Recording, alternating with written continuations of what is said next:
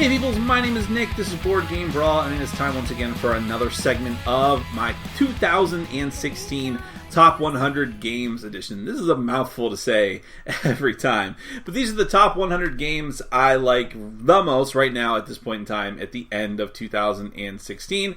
We are up to the top 50, so we're going to go down from number 50 to number 41. Let's get started.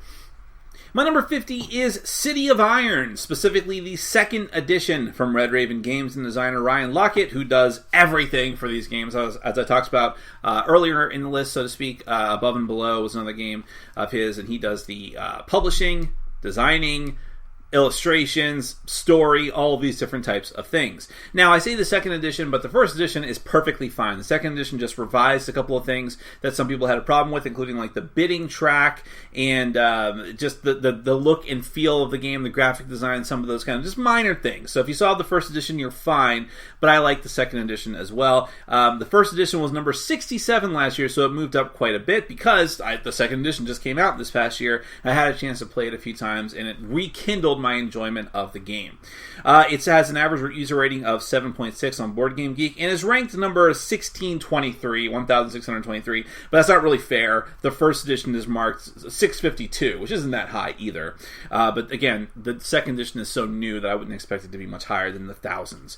But in any event, City of Iron is a very interesting beast because it definitely has Eurogame elements. You are getting resources on all these different tracks that you need to...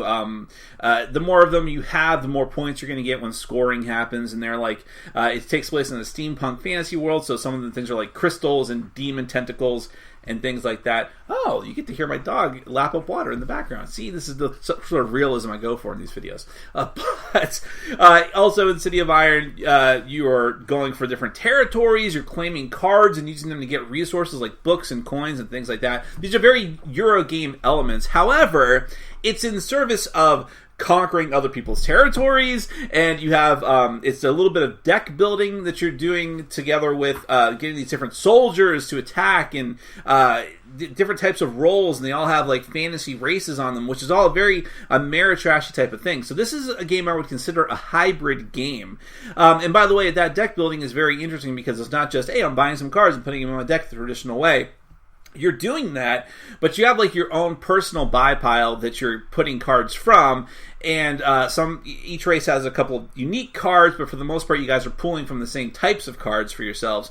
But the way that you do it is when your deck runs out, you flip your entire deck back over and down to form your new deck. So how you play your cards and the order that you play them is very important, because you can't just willy-nilly, I love saying that, change the alignment of your discard pile. It has to go back the exact same way. So if you use your really powerful card too early, it's going to be a long time before you get it back. Or I'm sorry, let me rephrase that. If you use your really powerful card at the beginning, when right at the top, you're not going to get it back for a while, but it will be on the top of your deck when you flip it back over. So there's sort of you have to really think about how you're going to plan things out. But in any event, lots of interesting stuff. It's a bit long, that's why it's not higher on my list, but it's still a great game. That is City of Iron, second edition specifically, but either one's fine, from Red Raven Games. Over on Board Game Geek, there, of course, is a second opinion. Rip Reza says, or Ripe Reza or something, says, just dry and like any old Euro game.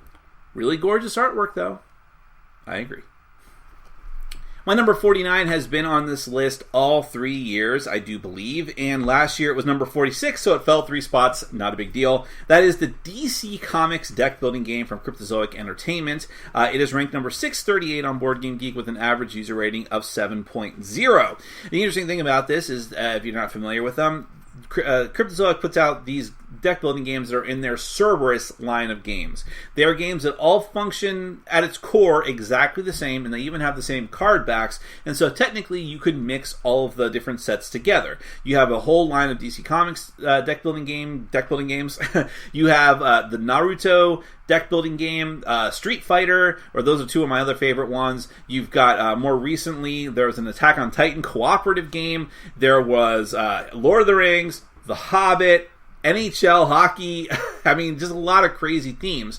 And the reason why I'm putting DC Comics on the list as opposed to Naruto and Street Fighter, which I think are, and even Attack on Titan, which I think are technically better and more interesting in some aspects, those games are just sort of one and dones. They won't be supported, which is kind of a problem for a deck building game that doesn't have too much going on for it at its core and needs more and more content for it. The DC Comics deck building game has a ton of different sets, core sets, extra add-on sets you can do, the Crisis sets, which add a cooperative mode that's terrible, but still have some cool cards that you can get as part of them. So there's so much content for it that it really has tons of different stuff. You can mix different things from the different sets of the same game together, and I think that works much better than trying to mix them from different sets. And it's just very simple deck building of what I call the Ascension styles. It's Ascension sort of Dominion originated deck building as a popular thing, but Ascension, instead of having the static piles, it took the randomized row of cards that everyone is buying from, and cards get replaced. And that's what DC Comics deck building game does as well. But it simplifies it. It has more incredibly powerful cards, so the game can be swingy, but just because you see your opponent get a really powerful card, you're probably just a turn away from getting your own super powerful card as well. And there's a really cool way that the game counts down as you fight through supervillain stacks as well. And those cards themselves go into your deck, and they're great. So you mix that together with the DC Comics theme. It is a fairly themeless game, and as the system itself proves, it could be any theme. Nevertheless, great artwork from the new 52 DC universe, and it's just fun to put all these different cards and combos together, and it's a great introductory game, especially for deck building. That is the DC Comics deck building game from Cryptozoic Entertainment. Lots of negative ratings for this one on Board Game Geek. However, one of my favorites was from Royal Flush, who says, "What a boring, pointless, illogical, unthematic waste of a quote-unquote game. It's not technically broken, or I'd give it a 1. I'm sorry, it's not technically quote-unquote broken, or I'd give it a 1. Gotta get it right. My number 48 is Thunderstone Advance, which was my number 30 last year, and I believe on the first iteration of the list, it was all the way up into either the top 10 or the 11 through 20. So it has fallen quite a bit. It is ranked number 221 on Board Game Geek and has an average user rating of 7.5, so it's still doing pretty well over there. And it's from AEG Entertainment, or Alderac Entertainment, whatever. Now, why has it fallen so far? Obviously, I still like the game if it's in my top 50. It is a fantastic deck-building game, a very involved one. It was one of the first big hit deck-building games in the wake of Dominion that really changed the whole Dominion format. Ascension changed it a little bit, and Thunderstone just took a whole bag of tools to it and ripped it apart and reformatted it into something else where it's thematic. You're building a party of adventurers. They can level up. You're buying items and spells and weapons from town. Then you're going down to a dungeon to fight monsters, but it's still a deck building game. And I love it. It's really great. However, it's also very long. Regardless of whether you set it up the traditional way or whether you use the advanced variant where you just basically throw everything together, it still takes a while to set up and take down, and again, just the actual gameplay itself, regardless of the setup and takedown, is long. So that's a big turnoff to a lot of new people that I play it with. So I haven't gotten to play it as much as I want to, and it's just slowly falling down for that reason. However, every time I see the box and every time I see, well, that's the thing too, they don't make new stuff for it anymore. Supposedly a new edition will be coming out very soon. I don't know why. But they stopped putting out stuff for this current edition of the game. I never played the original Thunderstone either. But every time that I see it or I think about it, I'm like, oh, it's so good, I want to play it. It's basically what I described. It's adventurers going down through a dungeon and fighting monsters, getting points, the Thunderstone bearers, and building yourself up over time. Very technical-minded deck-building game and a whole hell of a lot of fun with great theme and artwork. That is Thunderstone Advance, my number 30. On Board Game Geek, The Crippled Werewolf, which is a scandalous username, says, Thunderstone was bad, but it didn't annoy me. This game does. Stopped playing 2/3 of the way through the first play. I'm still trying to figure out where the quote-unquote advanced portion comes in. You can never get enough air quotes, as far as I'm concerned. My number 47 is a sad, sad case. It is Forbidden Stars from Fantasy Flight Games. It was my number 25 last year. I'll just chalk it up to not playing it all that much in this past year, and also being a little heartbroken about it. It is ranked number 86 On Board Game Geek, I think that's sympathy votes and an average user rating of 8.1. Now, what am I talking about if you don't know about this game? Well, Forbidden Stars was a game that had a pretty good following under its belt, but despite that, and despite some rave reviews and people really seeming to enjoy it, it was one of the fatalities when Games Workshop decided they were no longer going to, well, I don't know all the details. Games Workshop and Fantasy Flight Games decided they were going to part ways as far as Fantasy Flight Games using their intellectual property, the Warhammer Fantasy and Warhammer 40k universes specifically, for Fantasy Flight's games, which Forbidden Stars is one of them, set in the 40k universe. So no expansion came out for the game, which is very sad. There are fan-made expansions online I haven't tried. I'm kind of hesitant to do that kind of stuff. But they spent a lot of time and effort on it, so if you're interested, you should check it out. But regardless, whether it's out of print or not, and it is technically out of print or will be very soon, regardless of all of that, it is a great game, even if it never gets an official expansion. You and the other players take control of the 4 main races, the Orcs, the Chaos Space Marines, the regular Space Marines, and the Eldar, and you are trying to take over different quadrants of the galaxy. You're trying to meet these little goal planets where your achievements are that you have to meet. But that's easier said than done. You have to rip through enemy lines to get to those achievements. You have to build up your units. You have to deal with cosmic storms. And it's all done with a very innovative system, which I believe was originated with StarCraft, the board game. Although I have never played that, I've heard this is despite what people say, this is very, very different than the original StarCraft. But one core element that did come over was a command token sequence thing where you will put out the tokens that you want of the actions you want to do in each sector of the galaxy, and then your opponents will you'll go around and your opponents will put command tokens out and they'll stack themselves up, and then they get resolved in order from the top down. And it sounds like how special is that? It's actually really, really cool, along with everything else in the game. I love how combat works. Combat is like a whole other thing. It's like, okay, don't worry about that. Worry about this new mini game we have to do, which sounds like it might be bad. It is a bit long and drawn out, but it's also very, very cool card and dice combat. So lots of great stuff about this. It is sad that it will not be officially supported, at least for the time being. But if you can get a copy of the base game, I think it's still worth it. That is Forbidden Stars from Fantasy Flight Games, my number 47, formerly number 25.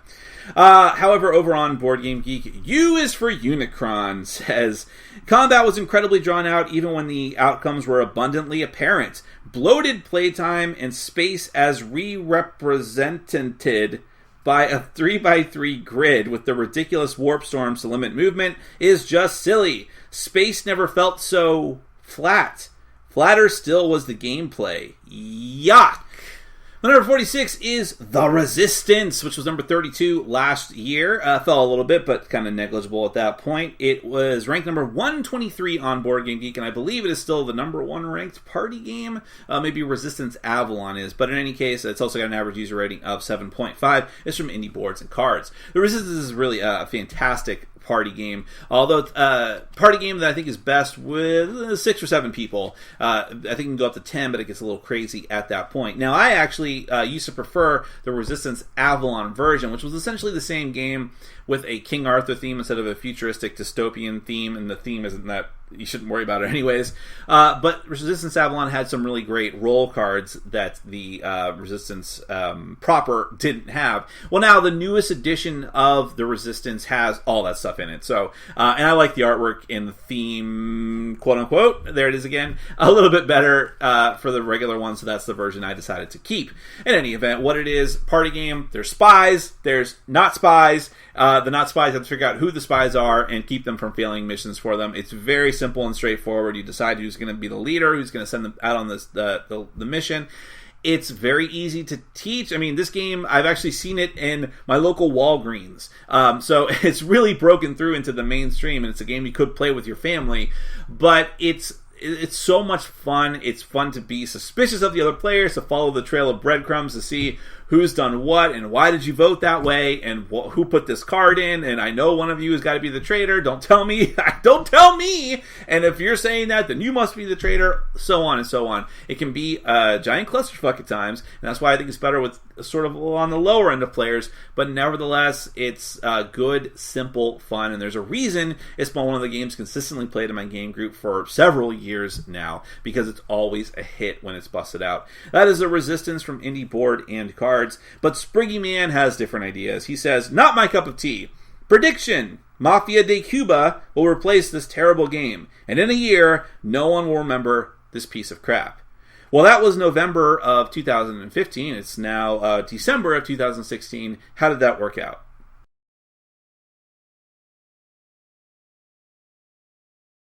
My number 45 is Room 25, which was my number 59 last year. It has moved up quite a few spaces, and the reason for that is because in the past year we've gotten not only the Room 25 Season 2, which was a brand new base game that you can incorporate stuff from the original small game into, with new tiles, new heroes, that type of stuff, but just very recently, within the past few weeks, we got Room 25 Ultimate Edition, which was a redo of the original small box game, just in a bigger, badder format with a few new things and some of the new additions they added to the second season.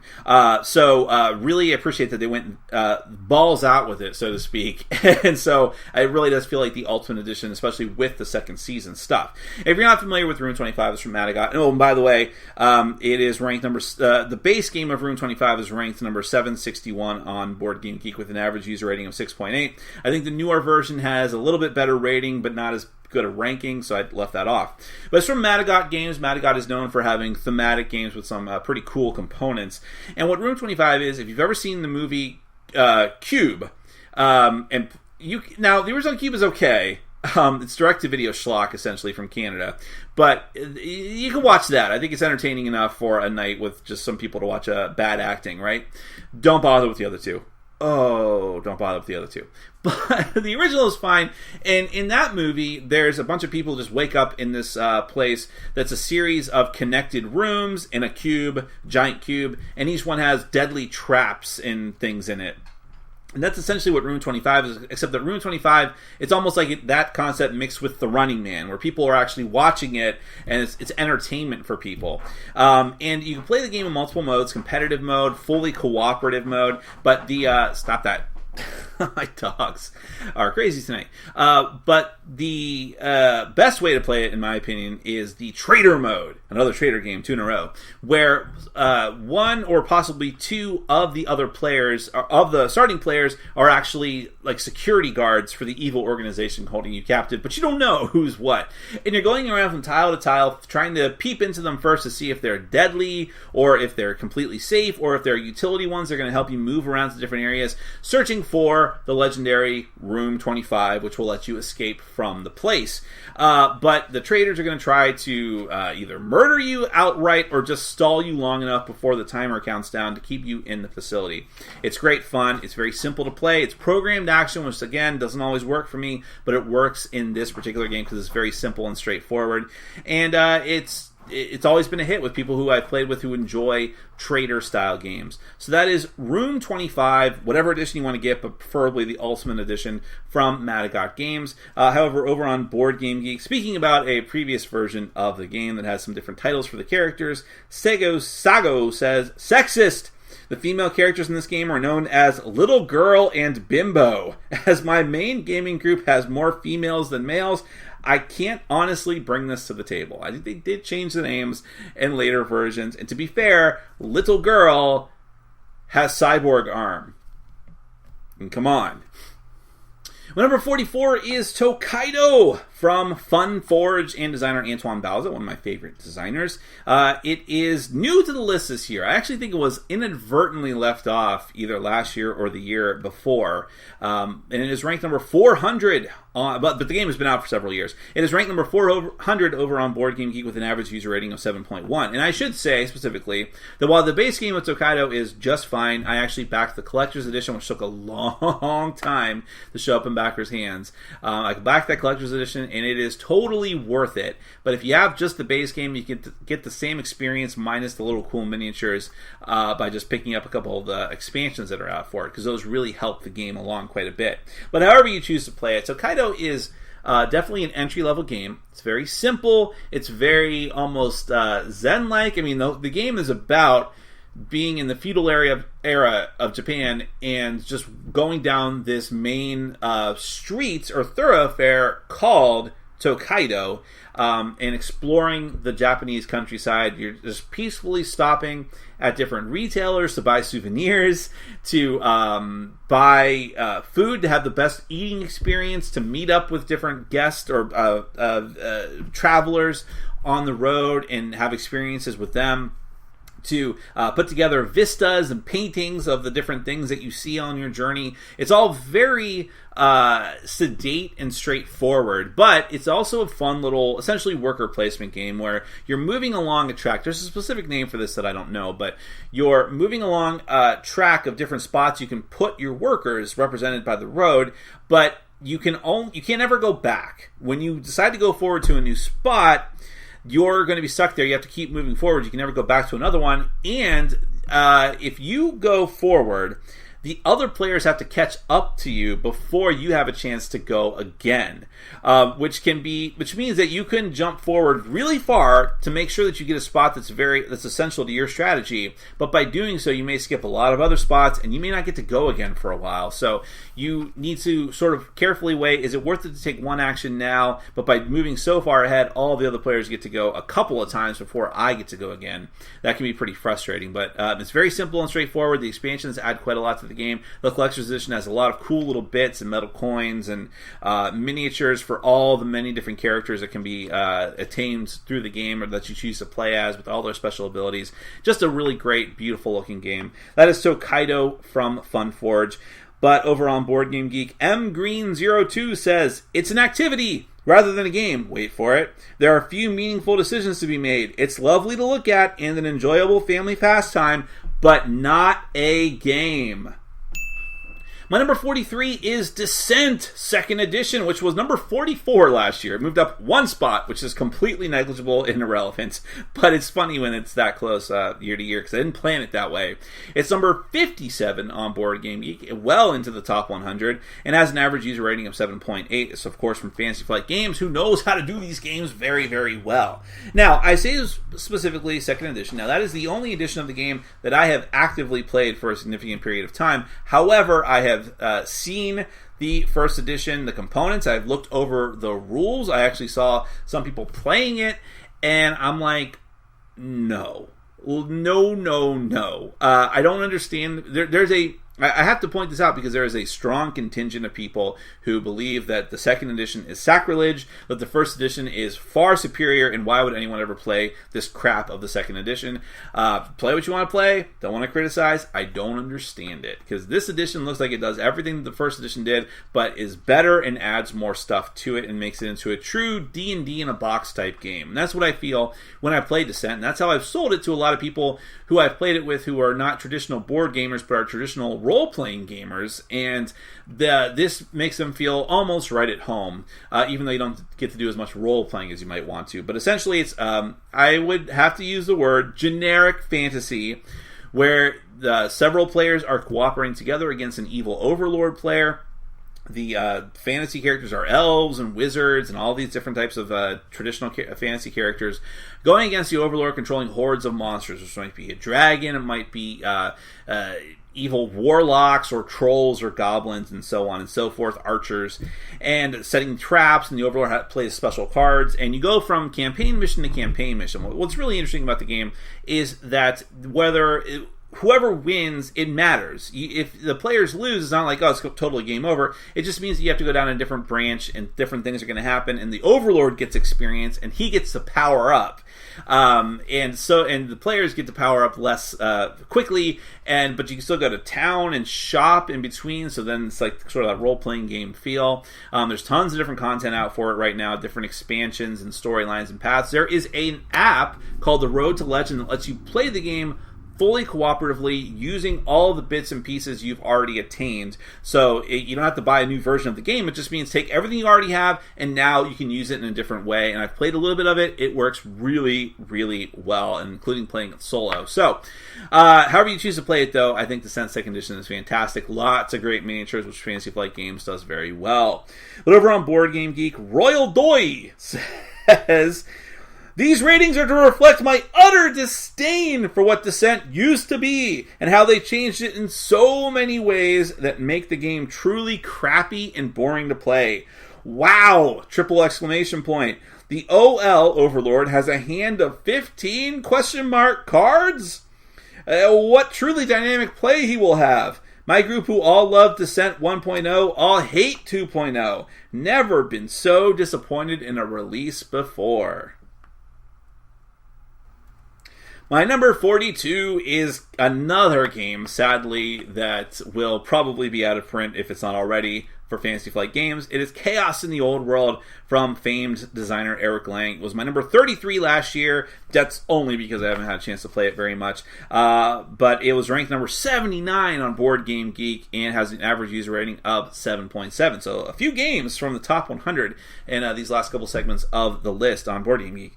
But again, this, just like Forbidden Stars, this was the Warhammer Fantasy license from Games Workshop. And since they have parted ways, the two companies, it's looking like if you want to get this game, you should get it now, especially since even in the past, this game would go in and out of print as it sold out.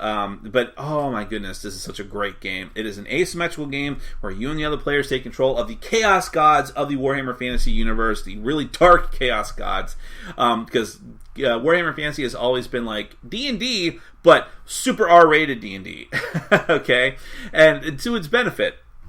And so you're controlling all these chaos gods. Each of them has different victory conditions. Well, your victory conditions are the same, but how you go about getting clicks on your chaos dial that tells you what special powers you unlock and can eventually lead to victory is completely different. So Khorne wants to go around attacking people with his troops, whereas I think it's Nurgle wants to spread plague everywhere on the map of the old world. Tzeentch is the sort of dark god of magic and wants to get all these mana or warp stones. And then Slaanesh, who is like the dominatrix goddess or god, wants to kill heroes and or corrupt them, essentially. And so it's really fun because everyone has a different play style. You have magic cards that are all function differently for each of the different chaos gods, and it's tense. You're trying to it's sinister because you're not unlike traditional fantasy, which we just talked about. You're trying to corrupt the land, and when they corrupt, whoever did the most corrupting is going to get the most points for it, because instead of just clicking on your dial, you can also win by just getting points in a traditional sort of way. Oh my god, it's a deep, involved game. It's hard to teach to people for the first time, but I've found it to be one of the best gaming experiences I've ever had. That is, and I'm very, very sorry, just like with Forbidden Stars, that potentially not as many people are going to get to enjoy it, but definitely check it out if you have the opportunity. That is Chaos in the Old World, my number 42 this year on Board Game Geek. Oh, this was low-hanging fruit for just delectable comments.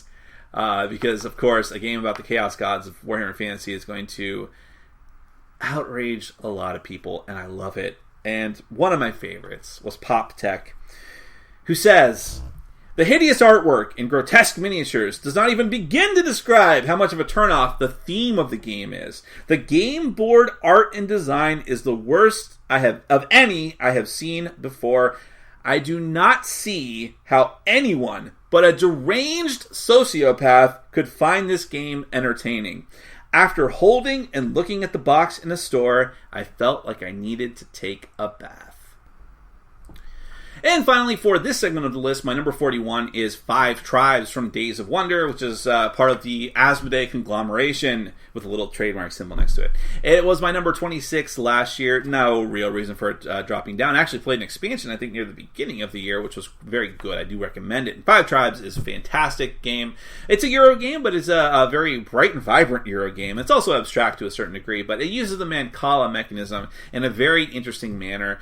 You are trying to manipulate the different tribes of this sort of 1001 Arabian Nights type version of the Middle East, where there's the different tiles out on the board that are populated with little meeples, and you're going to pick up all the meeples of different colored meeples from one area and then start dropping them on in like a row. It's hard to explain this game on other different tiles, and whatever the last one you drop is on the last tile that you drop them on, that colored meeple will pair up with other meeples of the same color, and then you'll get to activate a special ability unique to that color, which represents a tribe of meeples, which I know it sounds crazy if you never played this game before, but it's really cool because it takes a lot of forward thinking, which you kind of have to do on the fly because your turns can change drastically by the time it comes back around to you. the board state will change a lot. But then you have to be like, okay, what's the best move for me? I can potentially, there's always tons of options on your turn because you can potentially activate any type of ability, but especially near the beginning and middle of the game. But it's like, well, which ability is going to help me the best right now? Which ability can I power up the most by removing the most meeples of that color from my final spot? And there's Jin cards. I already say it that way. You shouldn't say the D. But the Jin cards, which give you special powers and abilities, sometimes persistent throughout the rest of the game. So you want to plot on how to get those as well. And there's different ways to score. One of the tribes is all about just having as many of them as you can, or that type of thing. So lots of different things going on in the game, and yet I feel like it's a very straightforward game. It's not really complicated. It does have one of those annoying bidding things where you're bidding essentially points. You're bidding your life split away, which can be a little bit frustrating because it means that the bidding for turn order is so incredibly crucial and important, because if you overspend, you're going to lose. Even so, everything else in the game is fantastic. And like I said, the expansion really helps. It adds like magic items and cool things, new tiles, things like that. And a new tribe too. So 5 tribes, easily my number 41. However, this is one of the games that people are constantly outraged about because there used to be slave cards, things like that. But the Last True Gypsy has a problem with the Jin cards. This game would be an 8 instead of a 1 if it weren't for the very family-unfriendly artwork on the Jin cards. I'm sorry. If you're going to be outraged about something, does he know that gypsy is a slur? Alright folks, that is it for this segment of the list. We counted down from 50 to 41, so of course we are going to keep plowing forward like a pure virgin field. Okay, I'm going to stop that analogy. Through the rest of the top 40 until we get down to number 1. Thank you so much for watching. Take care.